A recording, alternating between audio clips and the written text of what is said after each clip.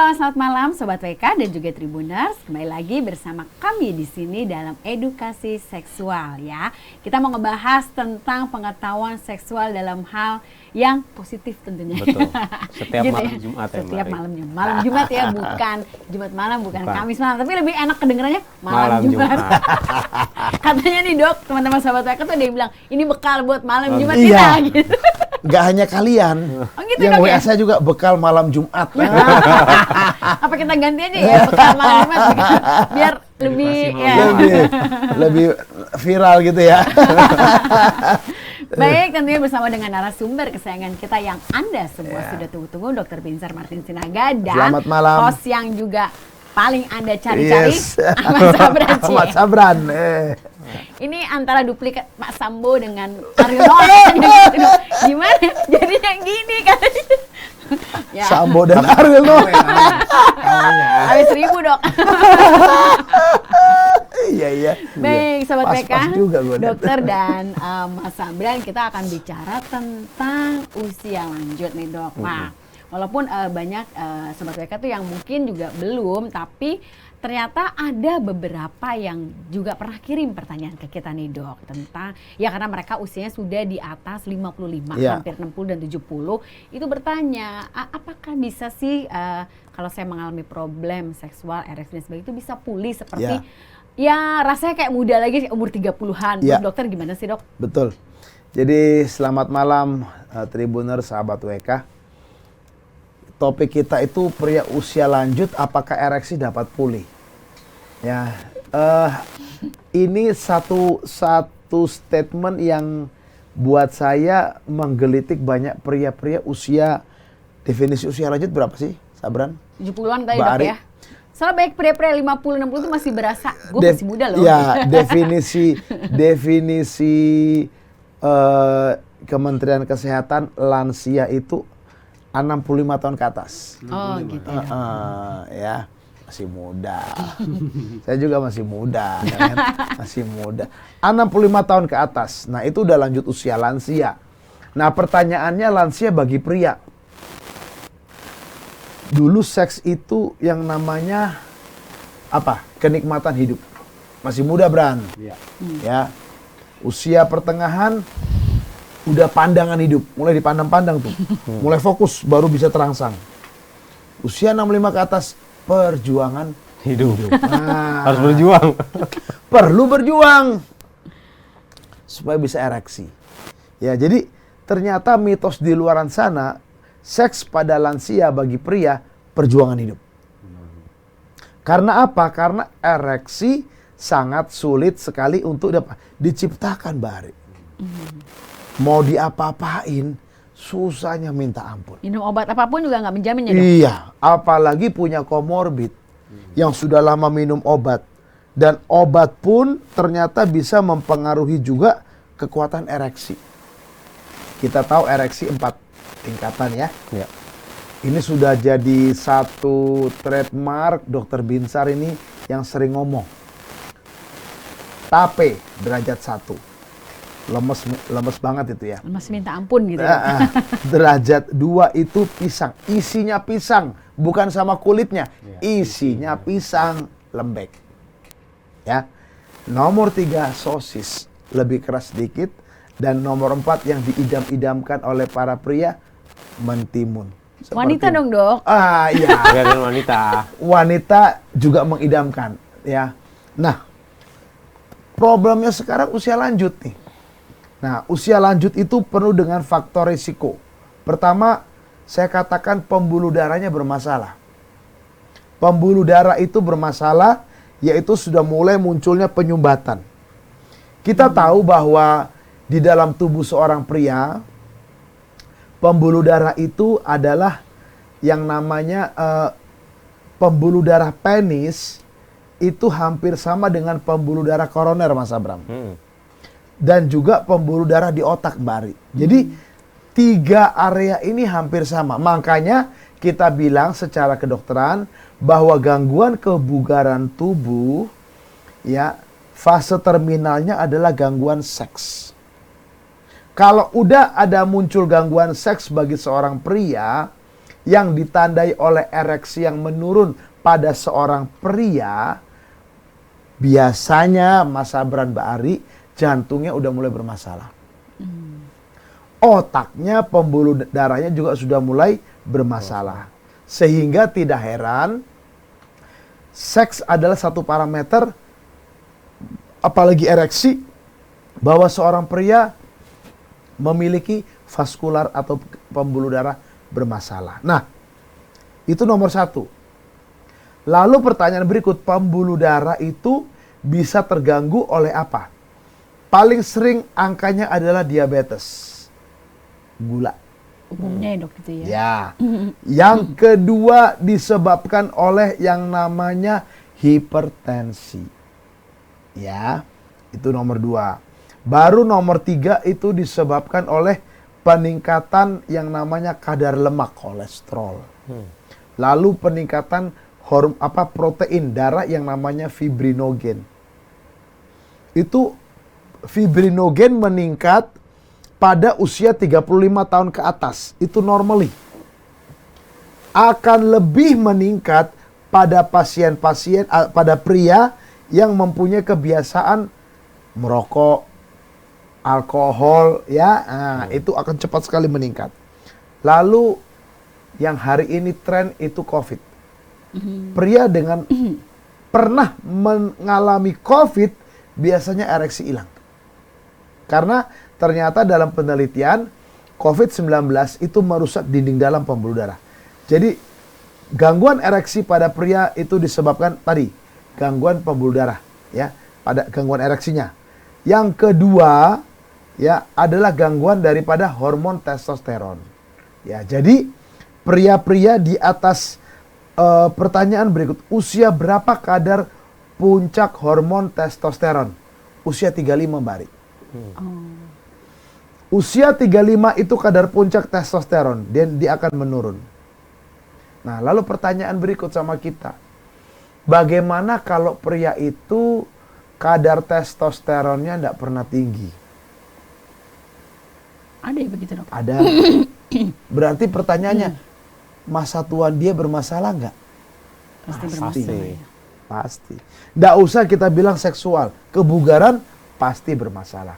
Makanya tanda seorang anak yang testosteronnya rendah, saya ulang buat para pembaca Tribun dan Warta Kota, ya, tanda seorang anak yang memiliki testosteron rendah itu apa? Micropenis. Ya, micropenis, penisnya kecil, testisnya kecil, itu tanda warning bahwa dia memiliki yang namanya kadar hormon testosteron yang rendah. Nah, kembali kepada problem kita usia lanjut. Kalau ereksi tadi sudah bermasalah, berarti kita harus tahu dua ini penyebabnya, pembuluh darah dan hormon. Lalu pengobatannya gimana, Mbak Ari? Pengobatannya adalah kita memperbaiki dulu komorbid yang ada. Kalau dia punya penyakit gula, obati sakit gulanya. Hipertensi, kalau dia punya penyakit hipertensi, diobati hipertensinya. Tapi hati-hati buat Tribuner sahabat WK, obat anti hipertensi golongan beta blocker bisa menyebabkan yang namanya blok pada ereksi. Saya ulang, golongan beta blocker bisa menyebabkan gangguan pada ereksi. Apa sih golongan beta blocker itu? Seperti bisoprolol, ya, propanolol, yang ada lolol belakangnya itu ternyata menurunkan heart rate. Jadi itu kan menurunkan irama jantung. Sehingga akhirnya suplai darah kepada penis juga berkurang. Sehingga ereksi gitu, pasti hilang. Pasti hilang ereksinya. Itu nomor 1. Jadi hati-hati dengan hipertensi. Hipertensi ya bisa menyebabkan ereksi terganggu, tapi obatnya juga harus hati-hati. Selain yang pertama tadi diabetes. Yang ketiga, pembuluh darah yang tersumbat juga harus diperbaiki.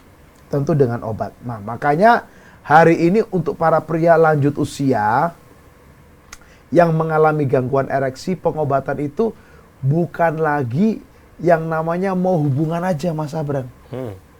Mau hubungan, minum obat kuat, bim salabim, langsung ini berdiri. Itu udah salah. Udah salah, Mbak Ari. Yang ada apa? Deg-degan. Berdebar-debar.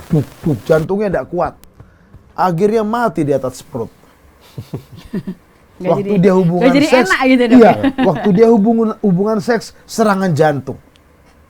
Betul. Ini fakta. Makanya ya, dok, ya?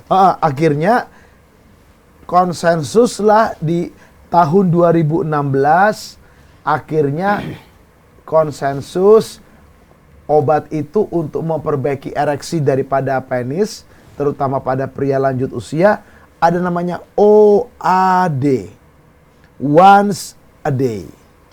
Jadi minum obat itu setiap hari untuk melebarkan pembuluh darah penis. Ya, supaya nanti suatu saat dia akan bisa berhubungan seks ya secara normal. Ya, biasanya diminum 1 sampai 2 tahun Mas Abran Bari. Jadi obat itu harus rutin diminum. Nah, setiap hari tuh. setiap hari. Hubungan atau tidak hubungan pada lanjut usia. Ya. Itu yang pertama. Yang kedua, komorbidnya diatasi. Yang ketiga, libidonya juga diperbaiki. Harus itu pada pria lanjut usia. Pria-pria lanjut usia punya satu kelemahan, Bari. Apa, Dok? Apa kelemahannya, Mas Abran? Libido nih. Pengen nih. Tiba-tiba mikirin cucu. Ambiar. Tiba-tiba mikirin anak. Swing. Nggak jadi. Hilang. Dalam sekejap. Itu ternyata di dalam ilmu psikiatri atau kedokteran jiwa ataupun ilmu psikologi, memang itulah lansia. Karena dia punya tingkat cemasnya yang tinggi. Sehingga swing. Apalagi kalau ditambah kadar testosteronnya rendah. Swingnya cepat. Perubahan moodnya cepat. Makanya obat yang harus diberikan adalah mempertahankan libido ini. Mood. Nah, itu. Nah, cirinya bisa lihat dengan kayak kasat mata atau kayak diciriin itu nggak sih, Dok? Yang ciri paling menonjol kalau seorang pria itu kadar testosteronnya mulai rendah. Nah, kita harus tahu yang namanya kadar atau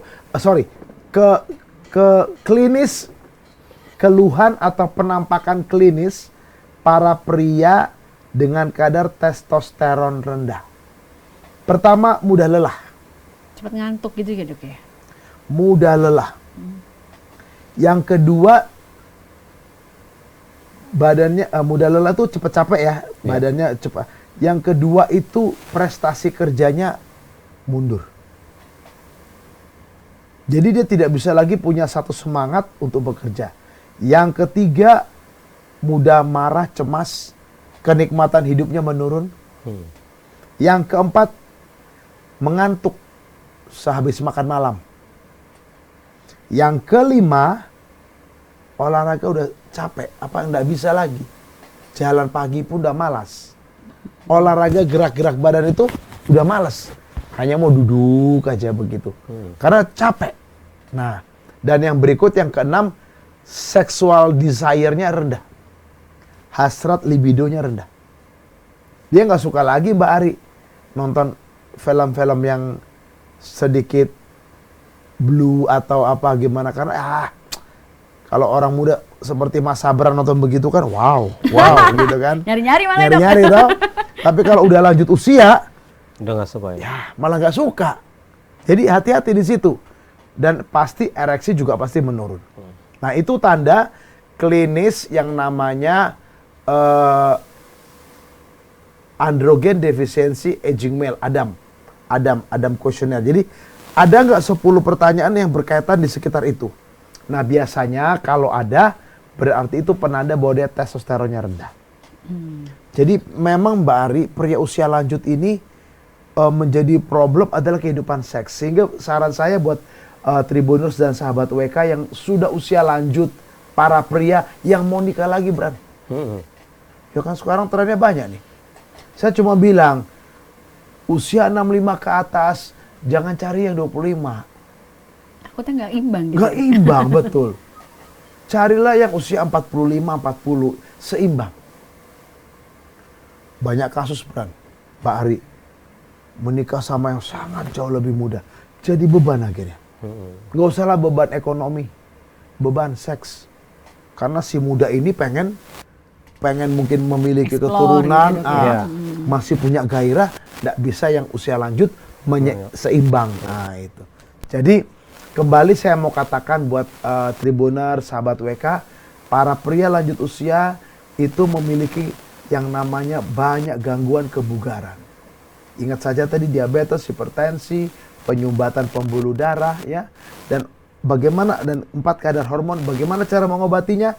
Ya harus diobati komorbidnya, diperbaiki ereksinya, lalu diperbaiki moodnya, dan terutama juga kadar hormon testosteron. Demikian Mas Abran. Kalau Mbak Ari. ini dok, artinya misalnya ada seorang lansia dok, tapi dia sehat gitu lah, Ya. rajin olahraga, tidak punya komorbid gitu dok. Itu masih bisa ereksinya bagus? Dok? Ya, Ada nggak? pertanyaan bagus nih. Kan kembali saya katakan, tidak punya sakit penyakit, Iya. ya, tidak punya problem apapun, ya, hormon testosteronnya masih tinggi. Pertanyaan saya, tadi lupa Mas Abran, ingat, fibrinogen. Oke. Oke. Itu protein darah yang normal pada usia di atas 35 tahun akan meningkat. Efek dari peningkatannya apa? Pembuluh darah menyempit. Jadi mau dia sehat, mau dia nge-gym, angkat berat 80 ton, begini, Masih ototnya ototnya muncul, tetap aja bos. Si otong lembek, gitu kan? Begitu. Fibrinogen itu ya dok? Iya, faktor itu. Karena itu natural, alami pada seorang pria. Tidak bisa dilawan ya dok? Tidak bisa, itu namanya aging. Jadi, Male aging seperti itu. Ya, demikian. Walaupun dia nggak memilih untuk tidak menikah gitu dok. Tetap Kalaupun 35 tahun usia apa namanya batas ya, tertingginya. walaupun dia tidak menikah, angka 35 tahun itu adalah batas angka kadar puncak testosteron. Setelah itu menurun. Yang kedua, itu batas kritis, artinya fibrinogen mulai meningkat. Nah, itu. Jadi tetap aja terjadi Mbak Ari. Walaupun nggak nikah. Iya. Nah, itu ya. Itu. alami ya dok? Alami. Oke. Baik dok, pernah nih dok ada kasus gini dok. Jadi dia itu ya udah usia lanjut gitu kan. Nah, tapi memang ngotot mau menikah dengan si wanitanya beda Ya. usia 30-an lebih 30-an gitu loh. lebih, Nah, ya. akhirnya mungkin saya juga nggak tahu apakah ini pernah di komennya di YouTube gitu ya. Kayaknya sih di tempatnya dokter juga ya, saya pernah baca. Itu dia nggak ke dokter yang pas gitu loh Bu Sabran. Jadi dia kayak cari tahu sendiri. Dan ternyata di marketplace menurut dia, kok ini gimana ya mbak, kok di marketplace banyak gitu, banyak yang menjual obat-obat seperti itu yang melabelkan bahwa ini adalah rekomen dokter si A. Sebenarnya boleh nggak sih dok kalau kita beli-beli kayak gitu tuh dok? Ya, buat pembaca Tribun dan Warta Kota, ya, tetap harus yang namanya diawasi oleh dokter, tetap harus Mas Sabran. Iya. Ya jujur Mbak Ari, itu namanya kan penipuan ya. Maaf ya, dalam tanda kutip ya, pembohongan publik. Iya. Ini direkomendasikan oleh dokter A. Padahal nggak ada resep gitu. Padahal itu obat-obat itu harusnya ada resep ya dok ya? Diresepkan Namanya gitu ya, dok, ya? obat itu Ah, bersinggungan dengan pembuluh darah. Bersinggungan dengan metabolisme tubuh. Punya efek samping nggak? Pasti punya. Bisa mengancam jiwa nggak, nyawa? Bisa. Sehingga akhirnya saya cuma bilang, kalau punya problem dengan gangguan seks, sebagusnya konsultasi dulu. Nah, problem kedua, biaya terlalu besar nggak bisa. Yang penting kita tahu dulu, oh saya sakitnya ini. Saya punya solusi ini. Kalau udah problem duit ya susah Mbak Arya. Iya. Obat seksual nggak ada BPJS. Nggak ditanggung ya. Aduh obatnya mahal semua ya dok. Nggak ditanggung. Bagaimana itu? Itu fakta. Sehingga saya katakan memang ada dua sikap yang akan dialami atau diambil oleh orang-orang lanjut usia. Pertama, pasrah sempurna. Nggak punya uang. Iya. Yang kedua, berjuang. Dengan uang yang ada, dia beli, dia perbaiki tuh kondisi tubuhnya. Demikian. Tapi nggak ada yang kayak solusi dokter yang kayak secara alami misalnya. Kan ada juga tuh dok yang kayak apa ya manfaatnya daun ini untuk mencegah ereksi Herbal, dini gitu. herbal. Iya, gitu-gitu lah, Gini, Dok.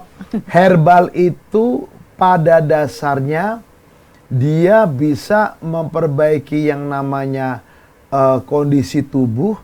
Pertama, lama. Dan yang kedua, tidak bekerja secara Maksimal. organ target, maksimal, spesifik. Dia hanya bisa memperbaiki kondisi tubuh secara keseluruhan. Kadar gulanya mungkin bisa dibuat stabil, kadar lemak. Tujuannya apa? Nanti ke depannya supaya ereksinya tidak bertambah berat gangguannya. Tapi untuk memperbaiki pembuluh darah yang ada di dalam penis, pembuluh darah itu kan tidak bisa herbal itu yang biasa-biasa atau yang secara umum kita ketahui di masyarakat, Mbak Ari. Hati-hati saya mau bilang buat Tribuner, sahabat WK, hari ini banyak produk herbal dimasukkan obat apa kimia. Oh. Obat herbal itu Mas Sabran, Mbak Ari, dimasukkan obat ereksi. Makanya ada banyak produk kan yang akhirnya ditarik oleh Badan POM. Iya. Karena di dalamnya ternyata ada obat itu untuk ereksi. Kimia. Erektogenik bahasanya. Itu. Jadi kembali untuk Tribuner sahabat WK, hati-hati dalam yang namanya mengambil keputusan untuk beli obat ya. Karena wah ini diresepkan dokter A, ini oleh dokter B. Asal jangan dokter Binsar aja ya. Tapi dokter Binsar pernah nggak? Apa? Dokter Binsar pernah nggak merekomendasikan obat ini lah bisa beli dia gitu? Oh, enggak pernah. Oke. Endorse lah, Dok. Belum. Pernah ya. Ngeri, jujur sebenarnya ngeri. Ngeri. Karena apa saya katakan? Mengerikan karena apa? Karena kita harus tahu ya, ini saya masih ingat pesan-pesan guru-guru saya bahwa obat itu harus kita tahu isinya apa. Yang kedua, secara etik sebetulnya kan ibarat kata lebih bagus kita edukasi seperti ini. Ya, edukasi seperti ini. Karena apa masalahnya? Kalau sudah ada endorsan satu begitu, Harus mengikuti itu gitu. Jadi hati-hati. nggak Susah lagi memang. gitu. Cuman memang saya pernah apa ya, tentang seksual secara umum. Ya. Tapi bukan bicara ininya, materi apa obatnya ini atau suplemen ini. Tapi saya bicara tentang seks, tentang seksualnya. Nah, itu. Oke. Ya. Dok, kalau tadi kan dokter bilang ada perbaikan komorbidnya dulu gitu ya, Dok. Misalnya ada orang yang sudah hipertensi makan obat setiap hari gitu, Dok. Nah, terus diambil obat kuatnya inilah gitu. Itu bisa kontradiktif juga berarti, Dok. Artinya yang satu melambatkan jantung, yang satu mempercepat. Makanya itulah pentingnya dokter mengevaluasi semua obat yang dia minum. Oke. Orang datang dengan kondisi pasca stroke misalnya, Iya. dengan diabetes, dengan hipertensi dan pengobatan stroke. Lalu dia minum obat-obat suplemen. Lalu sementara seksnya terganggu datang sama kita. Kita harus adjust. Ini nggak usah. Ini boleh. Ini mohon ditukar. Saya akan lakukan begitu, Mbak Ari, Mas Abran. Saya akan lakukan, tolong bilang ke kardiologmu ini harus ditukar dengan ini. Karena ini memblok ereksinya. Ini obat akan memblok ereksi kamu. Misalnya dia punya pembesaran prostat. Iya. Nah, itu. Obatnya itu menekan ereksi. Iya, Oke. menghilangkan ereksi. Sementara dia masih butuh ereksi. Ya, satu kasus pasien saya gagal ginjal dengan cuci darah, Mbak Ari. Datang. Dok, saya masih pengen hubungan seks. Loh, wajar nggak? Wajar. Cuci darah 2 kali seminggu, tapi masih pengen hubungan seks. Masih pengen, wajar. Saya kasih obat. Walaupun nggak gampang. Obat bikin dia hipotensi. Tensinya rendah. Kalau udah tensi rendah, bisa nggak cuci darah? Nggak bisa. Begitu ditarik bisa mati dia. Akhirnya harus di-adjust lagi. Nah, saya lihat kunjungan terakhir, saya perbaiki testosteronnya.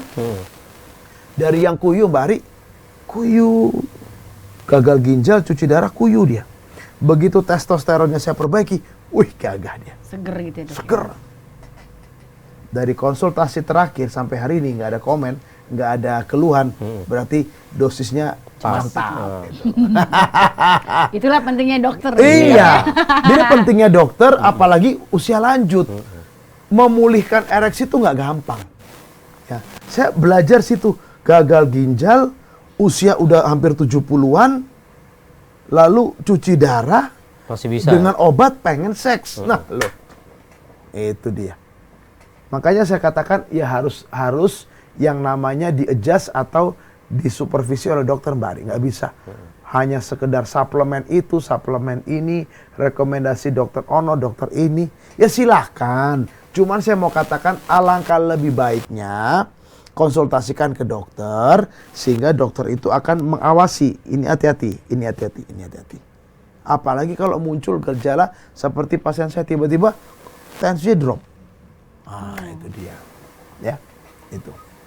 Baik, terima kasih Dokter Binsar Ya. dan Mas Sabran untuk edukasinya malam hari ini, dan tentunya tadi Sobat WK sudah dengar semua ya penjelasan dari dokter dan dari ahlinya langsung gitu ya, bahwa sebenarnya ereksi itu bisa pulih, tapi dengan penanganan yang tepat. Yes. Jangan sampai kita tuh maaf ya dok, ya kayak sok tahu gitu loh. Cari-cari obat sendiri, cari-cari penanganan atau yang lebih murah. Murah itu juga belum tentu juga menghasilkan sesuatu yang hasilnya seperti apa yang kita mau gitu ya dokter ya. Baik, terima kasih dokter. Dan dokter ini sebenarnya bisa ditemukan di mana sih atau bisa dikunjungi di mana aja, silakan dokter. Saya mau simpulkan dulu bahwa pengobatan ereksi itu adalah pengobatan kehidupan. Artinya salah penanganan bisa jadi salah lah bagi kondisi tubuh kita. Makanya di marketplace harus berhati-hati. Lebih bagus konsultasikan ke dokter yang mengerti problem seksual ya, atau kalau Bapak ingin bertanya silakan chat saya, Bapak-bapak ya yang usia lanjut nih, atau ibu-ibu ya, silakan chat ke WA saya 0813 8231 7586. Pasti saya jawab ya Mbak Ari ya, Mas Sabran, pasti saya jawab. Tapi sabar ya. Yang kedua, saya praktek di Depok, di daerah Pondok Indah, dan di daerah Bogor ya. Dan saya percaya Bapak Ibu bahwa usia lanjut itu ereksi bisa dipulihkan ya. Yang mau menikah pada usia lanjut jangan takut, kompromikan dulu. Ada yang mau menikah Mbak Ari usia 70 tahun, anak-anak yang suruh, karena nggak ada lagi teman bapaknya, istri udah meninggal, datang harus konsultasi dulu sama saya kasih obat ya, perbaiki dulu, nikah bagus gitu. Jadi artinya usia lanjut seks tetap oke ya. Itu saja dari saya Mas Sabran dan Mbak Ari. Baik. Ya, kita berbicara tentang seks pada usia lanjut, ereksi bisa pulih. Terima kasih ya. Terima kasih Dokter Binsar dan Sobat PK. Sampai ketemu lagi di tema selanjutnya, tema-tema yang lebih menarik di minggu depan, tiap malam Jumat ya, atau Kamis malam. Dengan atau mungkin ada yang mau usul tema, tolong dong bahas ini, bisa juga ya Bung Sabran, nanti boleh komen di bawah. Nanti kita akan bicarakan dengan tim dan juga dengan dokter. Dan untuk semua pertanyaan belum terjawab, silakan bertanya langsung via chat, atau kalau mau konsultasi, ada yang bilang mau ketemu dokter dong, boleh, silakan janjian langsung ya. Baik, terima kasih dan selamat malam. Selamat malam, sampai jumpa. Terima kasih Sabran, terima kasih Mbak Ari ya. Jangan lupa subscribe ya.